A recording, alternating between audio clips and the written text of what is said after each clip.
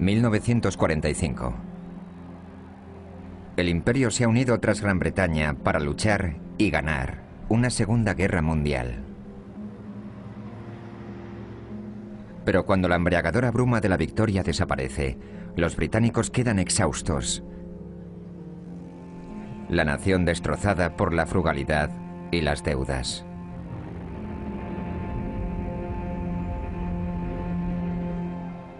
El prestigio y los ideales del imperio se están desvaneciendo. Mientras el imperio se derrumba, las actitudes imperialistas continúan. Gran Bretaña y su imperio deben afrontar el legado de intolerancia, paternalismo y prejuicio. La mayoría de nosotros tenemos una mentalidad blanca, pero nos sentimos negros en nuestro interior. No somos ni negros ni blancos. Somos un grupo de personas solas, perdidas, tristes y desplazadas. Vosotros decís venid e integraos. ¿Pero cómo? ¿Qué hay en mi cultura que vosotros apreciéis? Se nos dijo que Inglaterra era el mejor país del mundo. Nosotros venimos aquí y para nuestra sorpresa nos encontramos con que no nos aceptáis.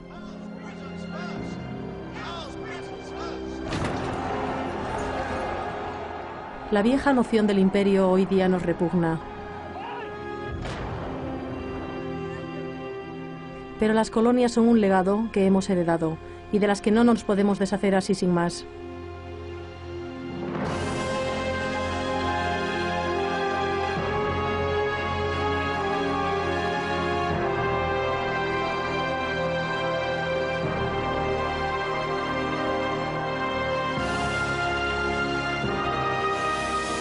El Imperio Británico a color.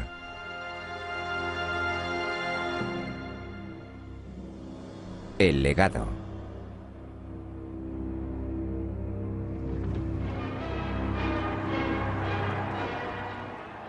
...1953...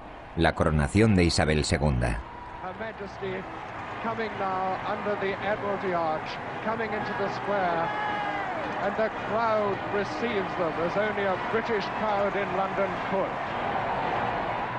Aunque imperial en su simbología y esplendor, el evento presagia una nueva y multirracial mancomunidad de naciones. En 1949, la India se convirtió en la primera república no blanca dentro de la mancomunidad. En plena procesión de coronación, el primer ministro de la India, Jawaharlal Nehru. Creo que el desarrollo de la mancomunidad es de gran trascendencia. Esta clase de asociación libre de naciones con diferentes intereses y diferentes puntos de vista, intentando entenderse entre ellas, es algo muy bueno. Pero la vida en la Gran Bretaña de la posguerra es muy dura. La gente intenta reconstruir sus casas con gran dificultad. La vivienda y el trabajo escasean. Los racionamientos continúan. En una carta al Daily Worker, Mary Molinder escribe: Me siento inmensamente furiosa cada vez que hago la compra. Solo tengo dinero suficiente para conseguir las raciones sin más. Deberíamos recortar en costes para coronaciones y ejércitos. ¿Por qué ha de sufrir la clase obrera?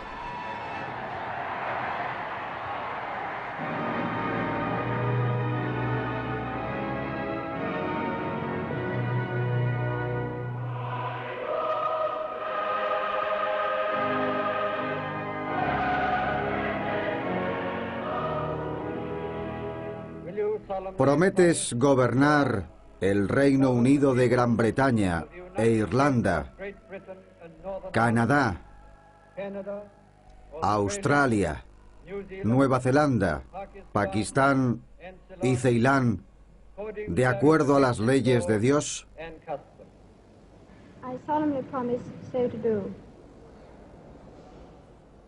La reina deja de ser emperatriz y es coronada como líder de la mancomunidad de naciones.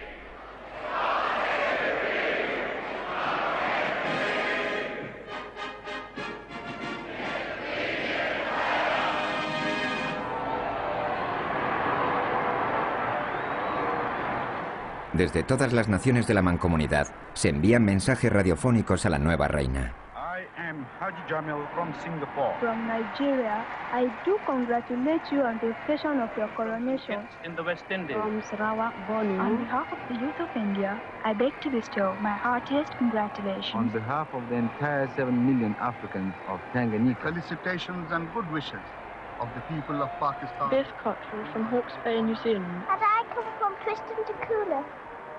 Daddy says it's the loneliest island in the world. Pero las celebraciones por la coronación durarán bien poco. El pueblo británico ya está harto de las adversidades de la posguerra. Quieren una vida mejor. Y la Mancomunidad Británica Blanca puede ofrecerla. Dad's taking me to Australia. He says that's the best place for me to get on in life. You too can go to Australia for only £10. Inquire at... La publicidad australiana tienta a los británicos a emigrar. Una Australia muy poco poblada teme por la intrusión de sus vecinos asiáticos. A los obreros británicos se les ofrece un pasaje por solo 10 libras. Ministro de Inmigración australiano Arthur Caldwell. Es mi esperanza que por cada emigrante extranjero haya 10 del Reino Unido. Estos millones de nuevos ciudadanos ampliarán nuestras fronteras, desarrollarán nuestra industria y nos construirán una poderosa nación. Miles de desilusionados británicos se inscriben en el plan de 10 libras. Un empleado de la fundición en Gales. He decidido mover mis fichas.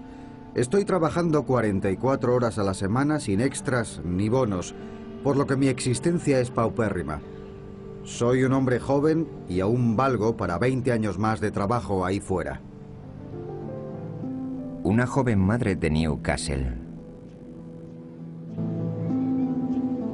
Los niños tendrán mejores oportunidades. Allí no hay distinción de clases. El acento no importa. Lo que sean su madre y su padre no les impedirá prosperar si tienen cerebro.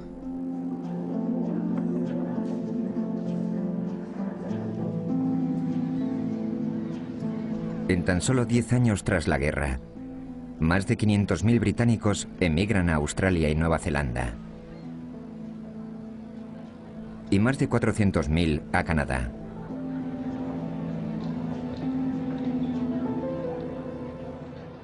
A bordo del barco de travesía Asturias, un sobrecargo de la nave. Siempre es angustioso ver las últimas despedidas. A menudo tocan viejas canciones en el magnetófono y todo el mundo se pone allí. Muchos de ellos no volverán a ver nunca más a sus seres queridos. Australia está realmente lejos.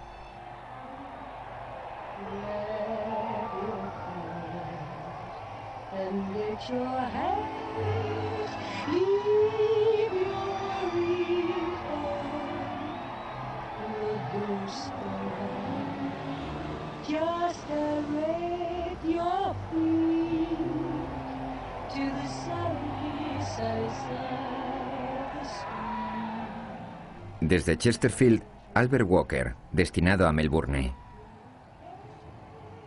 Vi Inglaterra por última vez y las lágrimas me acechaban. Pensé en toda su belleza y todos los buenos momentos que viví en ella. De repente me di cuenta de que a lo mejor no la volvería a ver. Y entonces pensé en todas las ventajas que me esperaban. Un nuevo país, un nuevo trabajo, nueva gente, una nueva vida.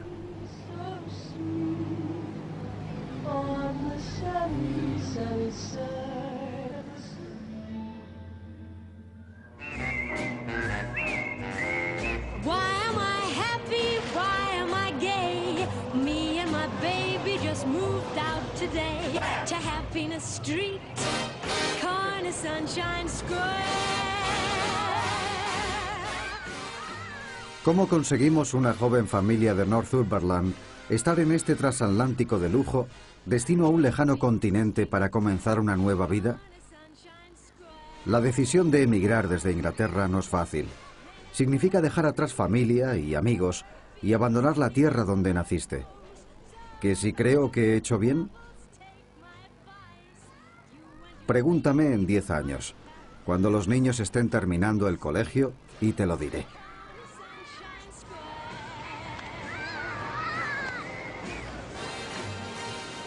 Muchas de las naves emigrantes eran transatlánticos de lujo. Con todo gratis excepto las bebidas en el bar, el viaje de 5 semanas a Australia era como un crucero de vacaciones.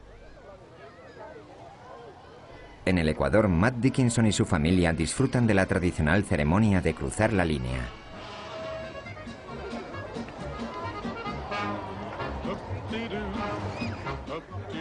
Los niños están maravillados ante la imagen de la corte de Neptuno y las bromas de la tripulación y los normalmente serios pasajeros. La imagen de corpulentos escoceses llevando sujetador y pequeñas escocesas llevando grandes pantalones de hombre es increíblemente divertida.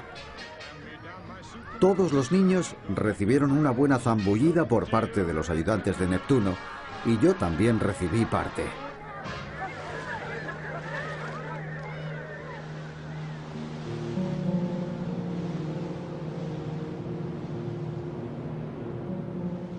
Tras 5 largas semanas de viaje, llegaron a su nuevo hogar.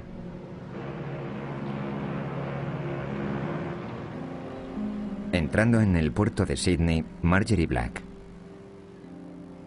Todo el mundo contuvo la respiración. Mi primera vista de Australia. El sol era brillante y cálido, el cielo azul y el agua centelleante. La mayoría de la gente estaba impaciente por desembarcar. Pero yo estaba un poco asustada. Un agente de asistencia social del barco calma los crecientes temores. Les tuvimos que decir que los canguros no están saltando arriba y abajo por las calles. Un par de señoras ancianas estaban realmente asustadas de que hubiera nada más que hordas de aborígenes para darles la bienvenida.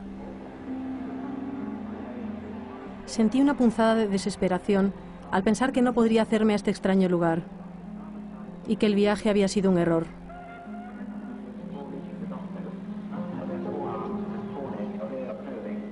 A la llegada, familias enteras fueron enviadas a hostales del gobierno. Desde Londres, una chica de 17 años, Susan Jenkins.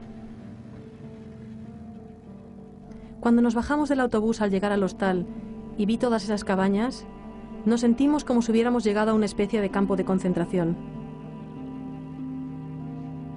Nuestra primera bienvenida a Australia. Entonces estaban estas personas hablando con un cerradísimo acento australiano. No me gustó para nada. Era un lugar horrible. Pensé que pasaría el resto de mis días en esta cabaña de hojalata.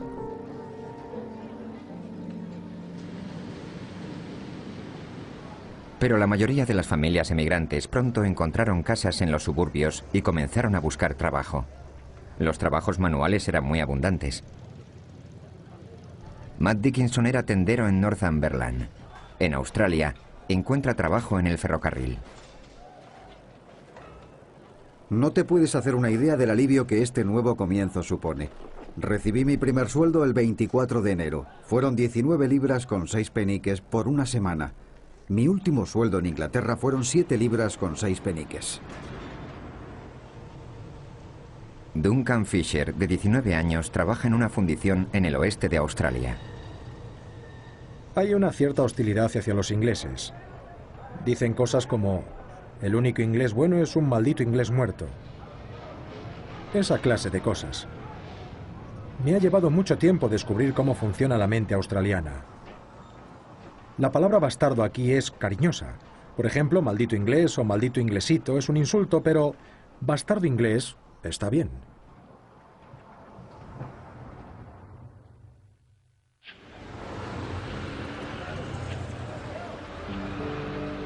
Australia da la bienvenida a cientos de miles de emigrantes europeos cada año, pero rechaza la entrada a casi todos los solicitantes no blancos. El gobierno impone una política conocida como Australia Blanca, que incluso discrimina a los que proceden de la mancomunidad, El secretario de Inmigración de Australia, Mr. Haydon.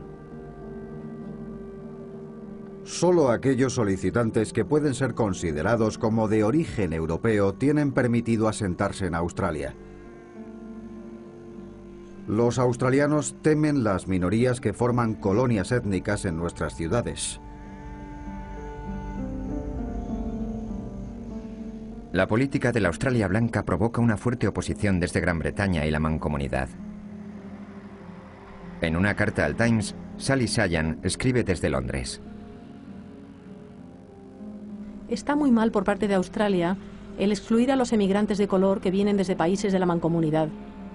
La India está sobrepoblada y hambrienta, y sin embargo, cuando Australia necesita inmigrantes, prefiere acudir a Alemania o Grecia. Hace unos pocos años, los alemanes eran odiados por todo el mundo. Ahora son bienvenidos en Australia.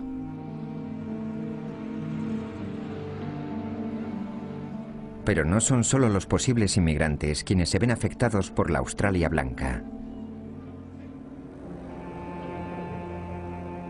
Durante décadas, la población indígena australiana, los aborígenes, han sufrido la discriminación racial, el alejamiento de sus tierras y la destrucción de su modo de vida tradicional. Over Neville, comisario de Asuntos Nativos, 1937. El problema se puede solucionar por sí solo. Hay muchos aborígenes de pura sangre. No están recibiendo suficiente comida y son diezmados por sus propias prácticas tribales. En mi opinión, no importa lo que hagan, morirán de todos modos. La población de los aborígenes llamados pura sangre se ve rápidamente excedida en número por los de descendencia mixta. Se planea que eventualmente todos sean absorbidos hacia la sociedad blanca. Durante 40 años, el gobierno sigue una política de asimilación.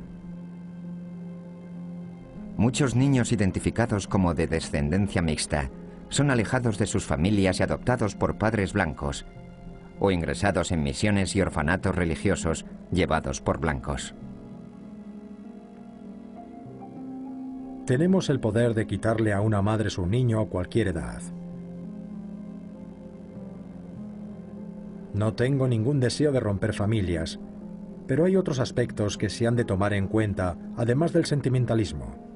Debemos desbrozar a los niños de color más claro. En 1949, Millicent es alejada de su familia. Tenía tanto miedo y estaba tan triste, y no entendía lo que estaba pasando. Tenía 4 años. Aquella noche nos quedamos dormidos llorando. Era la última vez que vería a mis padres.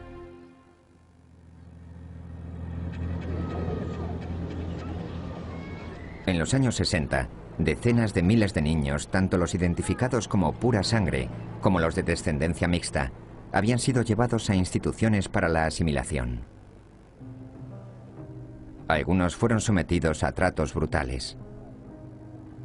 Philip Browser. Todo lo que hacías era pecado y eras castigado por ello. Te pegaban con todo lo que tuvieran a mano.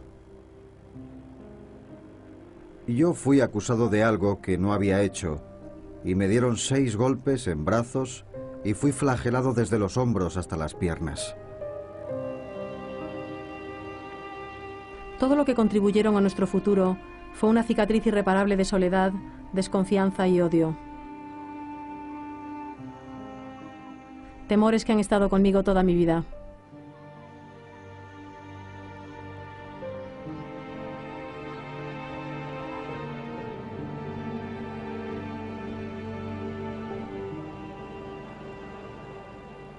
Al dejar el colegio, muchos aborígenes sufrían de desempleo, depresión, adicciones.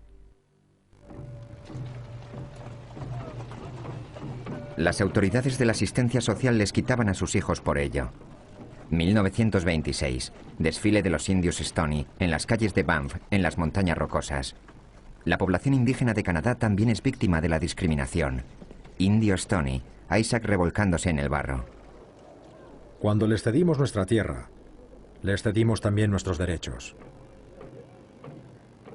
Eso es por lo que nos sentimos en confinamiento, con todas las leyes y regulaciones de la población blanca. Fuimos criados libres. Ahora sentimos el encarcelamiento.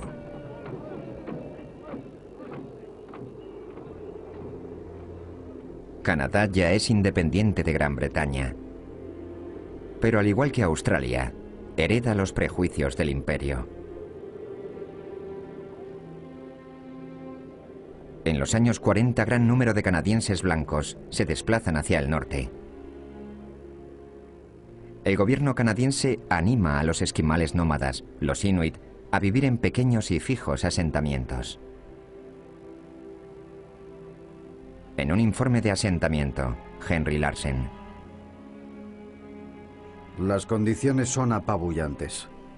La pobreza absoluta, la suciedad y la inmundicia están gradualmente minando la salud de esta gente, y si no se revisa la situación podría acabar con su completa extinción. Indio Inuit, Abe Oakpeak. Solo hay unos cuantos esquimales, pero hay millones de blancos, como mosquitos. Es algo muy especial y maravilloso el ser un esquimal. Somos como gansos de nieve. Si un esquimal olvida sus tradiciones esquimales, no será nada más que otro mosquito.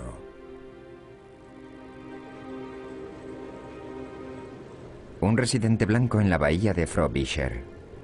Esta puede ser una cultura maldita, pero no la estamos reemplazando con nada que valga la pena. Nosotros hemos cometido los mismos errores cometidos en las colonias británicas y algunos de cosecha propia.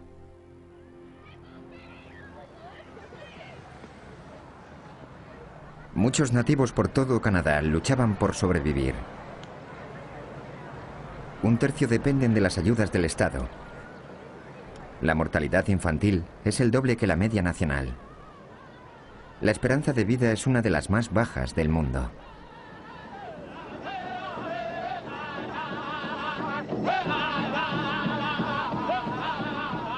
En los 30 años siguientes, las poblaciones indígenas del imperio lucharán para darle la vuelta al legado de racismo.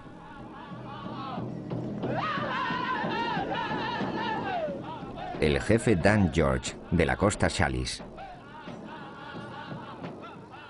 ¿Sabes lo que es que tu raza sea menospreciada? ¿Lo que es no tener orgullo de raza? Es como si no te importara el mañana, por lo que significa el mañana. Es como tener una reserva que parece un vertedero, porque la belleza del alma está muerta. Vosotros decís venid e integraros. ¿Pero cómo? ¿Qué hay en mi cultura que vosotros apreciéis?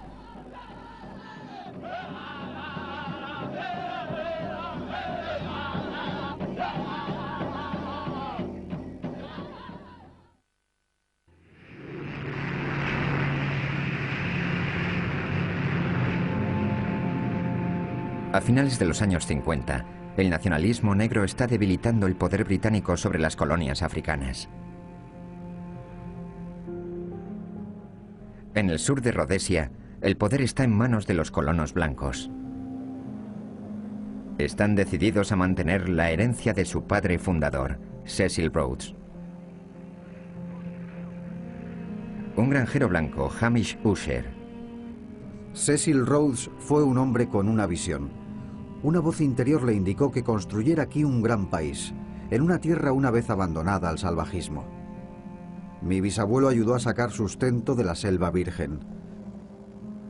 El silencio de siglos fue roto finalmente por el sonido de la civilización, por el ruido del hacha y el martillo, y el latido de las máquinas a vapor.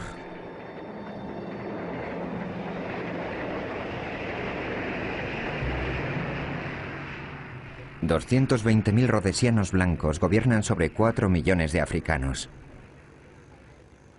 Los agricultores blancos controlan el 70% de las mejores tierras.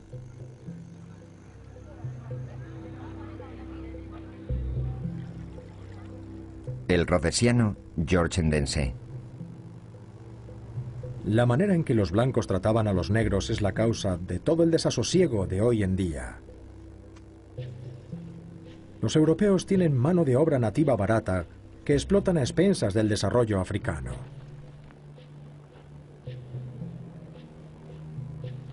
El hombre blanco nos ha despojado de todos nuestros derechos en nuestra tierra natal. Nuestro estado es digno de compasión.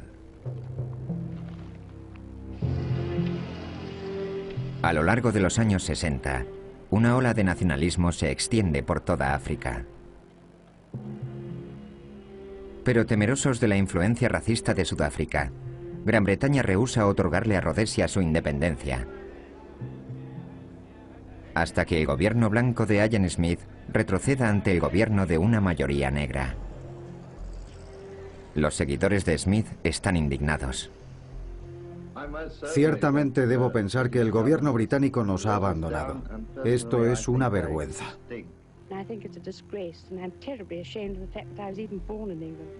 No entiendo cómo después de haber construido un imperio tan grande decidan destruirlo.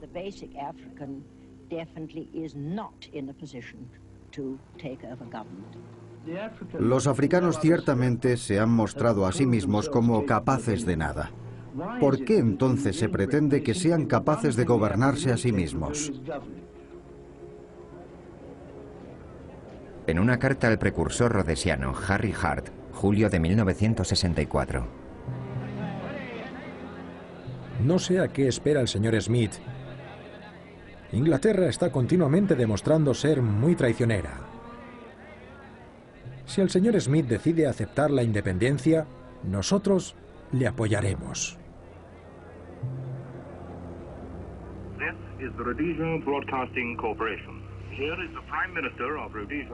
Noviembre de 1965. Ian Smith toma el poder. Una declaración de independencia unilateral. Somos la primera nación en las últimas 2 décadas en decir, hasta aquí hemos llegado. Que Dios os bendiga a todos.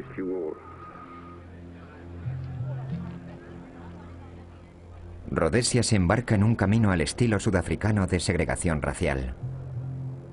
Gran Bretaña ha perdido el control sobre los nacionalistas blancos en la última colonia africana que le quedaba.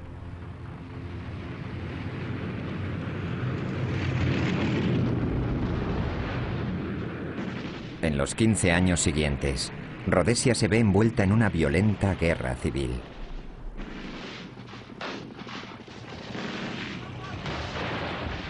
El ejército rhodesiano de Ian Smith lucha contra 2 guerrillas africanas.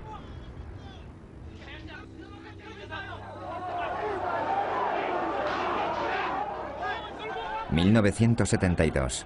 Los manifestantes provocan una revuelta en contra de las políticas racistas del gobierno. El líder de las guerrillas comunistas ZANU, Robert Mugabe. Nuestro objetivo es la aniquilación del imperialismo y colonialismo. A través de la lucha armada, conseguiremos establecer un Estado democrático.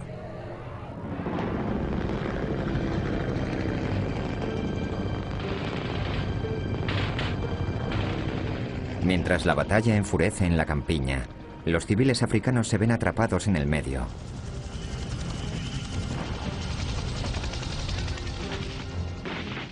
Un aldeano africano.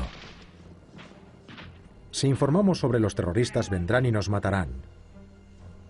Si no lo hacemos, los soldados vendrán a torturarnos. Sencillamente no sabemos qué hacer. Un soldado del ejército rhodesiano patrulla una aldea sospechosa de albergar guerrillas. Entras en una aldea después de que hayan matado a un colega tuyo y te sientes mal.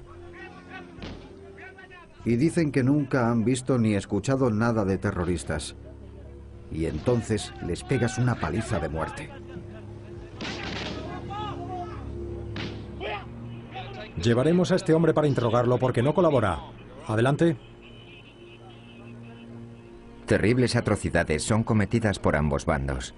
30.000 civiles africanos son asesinados.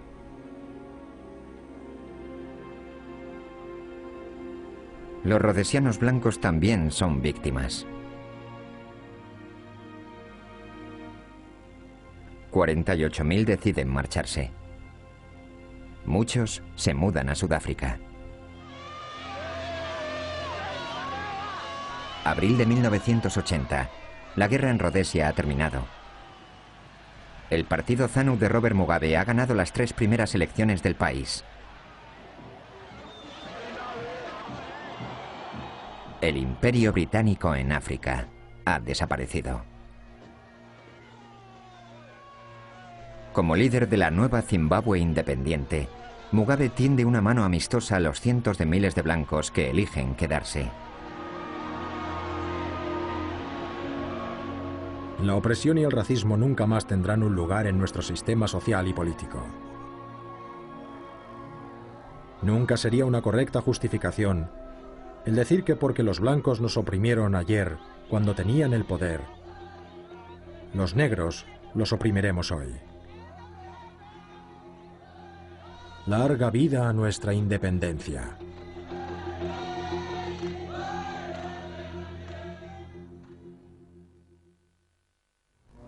London is the place for me. London, this lovely city. Mientras miles de blancos abandonan Gran Bretaña hacia los otros países de la Mancomunidad, el gobierno británico reclama trabajadores del Caribe para ayudar a construir su economía posguerra.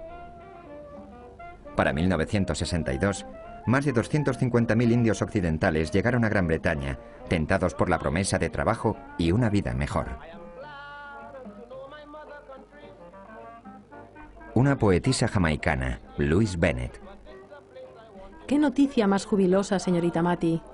Siento que mi corazón se ensancha al pensar que la gente de Jamaica coloniza Inglaterra a la inversa.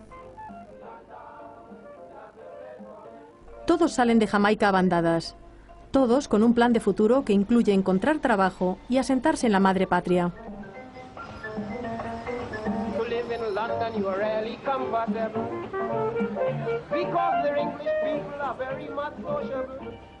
Pero la política de puertas abiertas del gobierno aviva sentimientos de prejuicio entre los británicos. Informando para el Kingston Star, Richard West.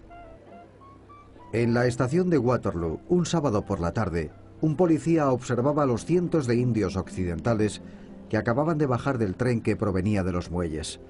Bueno, esos son los últimos, dice con una complaciente sonrisa. Pero su amigo el taxista le contesta: demasiado tarde, colega, el país ya ha sido invadido. A su llegada a Londres desde Barbados, Colin Jemot. Los ingleses son listos. Manejaron su imperio con un truco de confianza. Se nos dio una educación inglesa. Se nos dijo que Inglaterra era el mejor país del mundo. Venimos aquí y, para nuestra sorpresa, nos encontramos con que no nos aceptan. Muchos británicos han luchado por reconstruir sus vidas desde la guerra. Y se sienten resentidos hacia la creciente llegada de inmigrantes negros. La clase obrera británica ha luchado durante 70 años o más para conseguir alzarse con un estándar de vida más decente. Ahora ellos vienen y se llevan todo el beneficio.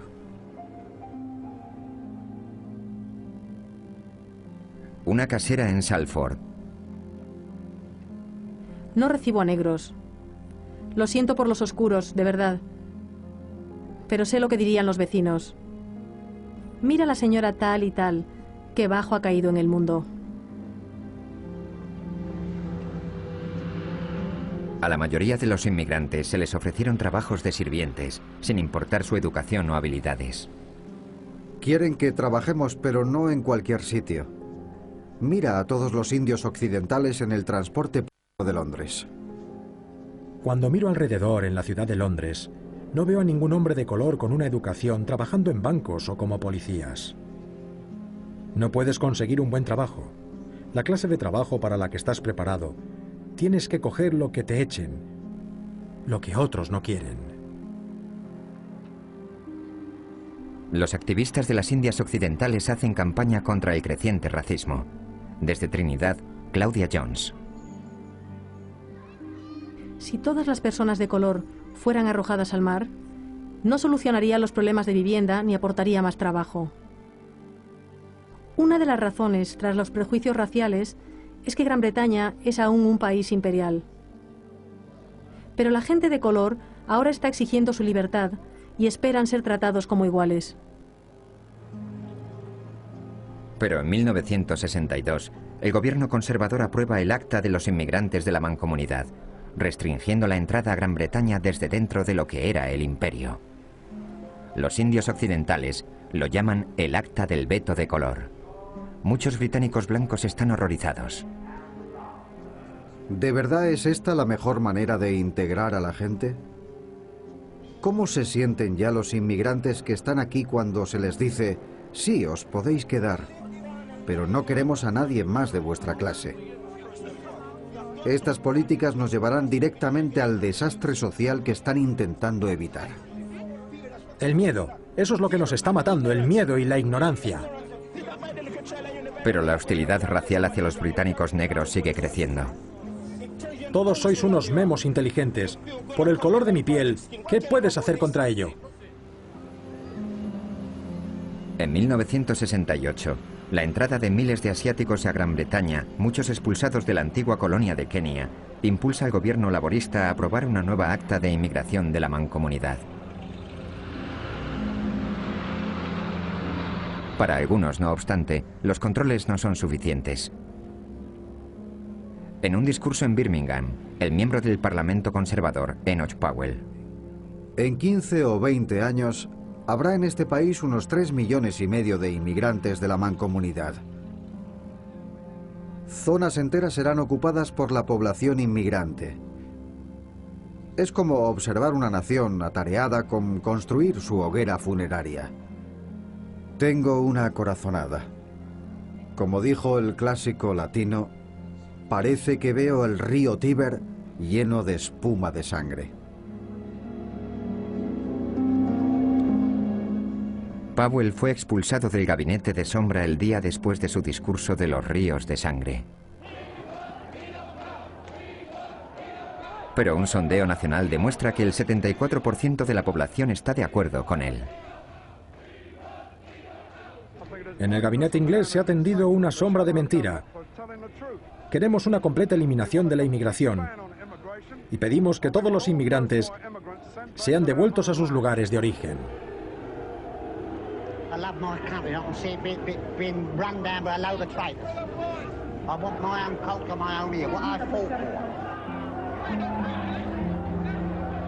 Oscar Hahn, de la Junta de Relaciones Raciales de las Tierras del Medio Oeste. Si el señor Powell quiere decirle a más de 1 millón de ciudadanos de este país que porque son de color no son aceptados aquí, pues es un acto de brutalidad del cual este país jamás podría recuperarse moralmente.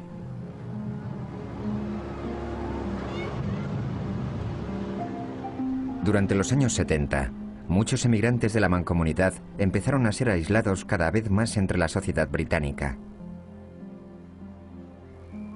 Un obrero de fábrica de descendencia india, Rampal.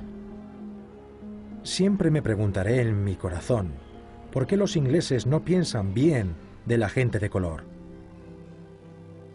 Mis hijos se ven a sí mismos como indios, y nosotros vivimos como indios. Tan solo porque nuestra piel no es blanca, no somos respetados como ingleses.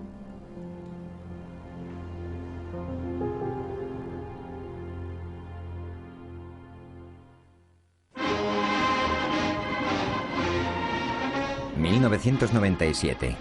Después de 155 años, Gran Bretaña cede el gobierno de Hong Kong a China.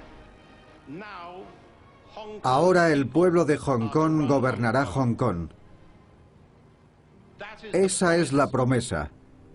Y ese es el inmutable destino. Al caer la medianoche, la bandera del Reino Unido es bajada por última vez. En el Daily Mail, Alan Macy. Ahora de verdad ha llegado el final. Unas pocas islas demasiado pequeñas y pobres como para gobernarse por sí solas pueden estar aún coloreadas de rosa en el mapa del mundo, pero con la vuelta de Hong Kong a China, las luces del imperio se han apagado. Entonces, ¿cuál es el legado?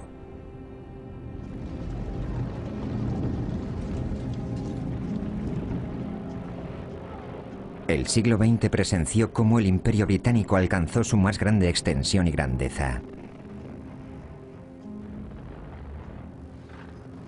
Pero 2 guerras mundiales debilitaron el poder británico. En tan solo 20 años, la mayor parte del imperio ha sido devuelta a su pueblo original.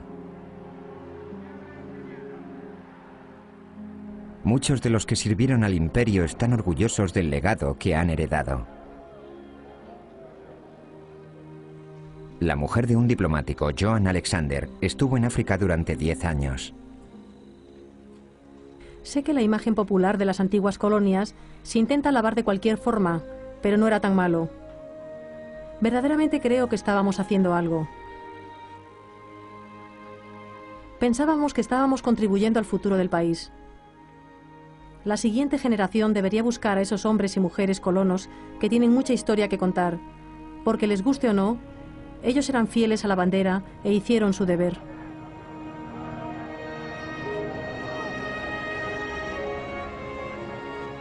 Educación, tecnología, deporte, ley y democracia. Es todo el legado positivo del imperio.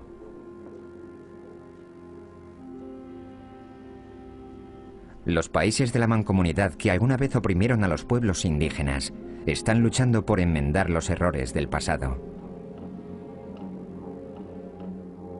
En 1992, el primer ministro de Australia, Paul Keating, reconoció el sufrimiento de los aborígenes. Tomamos a la fuerza su tierra natal y aplastamos sus tradiciones y costumbres. Trajimos las enfermedades y el alcohol. Cometimos los asesinatos. Robamos a los hijos de sus madres. Cometimos discriminación y explotación. Fue nuestra ignorancia y nuestros prejuicios.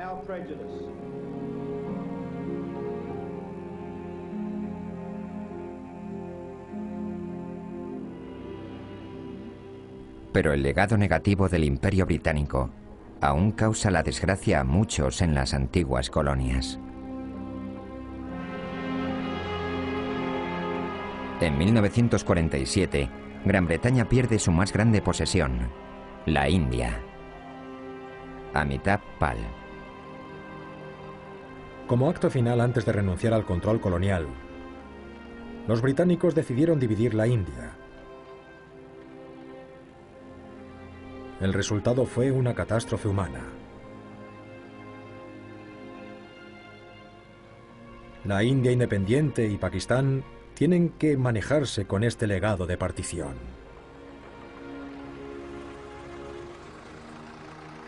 En enero de 2002, la gente huye atravesando la frontera, mientras la India y Pakistán luchan por el control de Cachemira.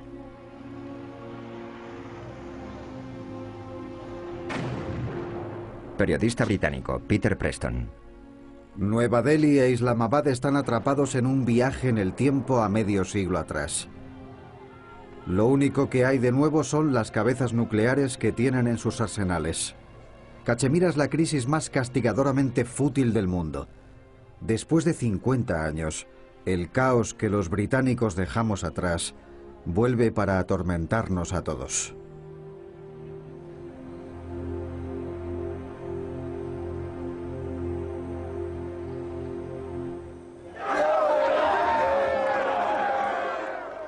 Veinte años después de la independencia de Rodesia, Robert Mugabe encabeza un opresivo régimen en Zimbabue. Sus veteranos de guerra, algunas antiguas guerrillas de la guerra por la independencia en los 70, le arrebataron sus tierras a los agricultores blancos. La tierra es nuestra. No formamos parte del Imperio Británico. No somos una extensión de Gran Bretaña. Así que, señor Blair, quite sus manos de encima, por favor. Agricultora Cathy Buckle, marzo de 2000. Docenas de granjas han sido invadidas por enormes multitudes, empuñando hachas y lanzas, gritando y cantando y exigiendo la tierra.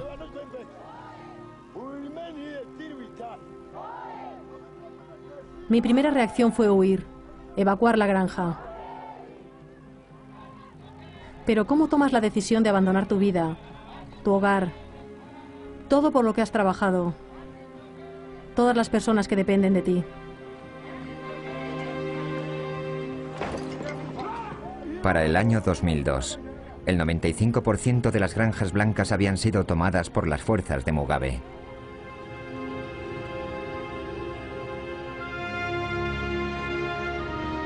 Pero el legado del imperio es muy evidente dentro de la propia Gran Bretaña. En 50 años, la cara de Gran Bretaña ha sido transformada. La sociedad multicultural acoge a gente, culturas y religiones de todas partes del antiguo imperio.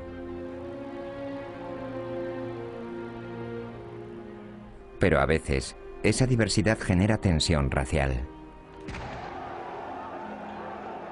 En el verano de 2001, violentas revueltas raciales entre blancos y asiáticos se levantaron en las ciudades y pueblos del norte de Inglaterra. En Bradford, Manawar Jang Khan. El imperio se ha desvanecido desde el subcontinente. Pero en nuestras calles, los sahis blancos siguen tomando las decisiones. Nosotros somos la nueva generación de jóvenes asiáticos, ciudadanos británicos nacidos y criados, libres de los achaques del imperio, ansiosos de que se les dé un trato justo e igualitario. En la actualidad, británicos blancos, negros y asiáticos buscan su nueva identidad nacional en Europa. Los prejuicios del imperio finalmente se están desvaneciendo. Catedrático de Oxford, Tapan Ray Chaudhuri. Por supuesto que hay problemas cuando personas de diferentes culturas comienzan a vivir juntas. La imagen hace 50 años era muy diferente. Pero el problema en la actualidad se debe más a la pobreza absoluta que a la intolerancia y al fanatismo. Por propia experiencia, esta es la sociedad más tolerante del mundo. Me siento profundamente optimista en cuanto al futuro multicultural de Gran Bretaña.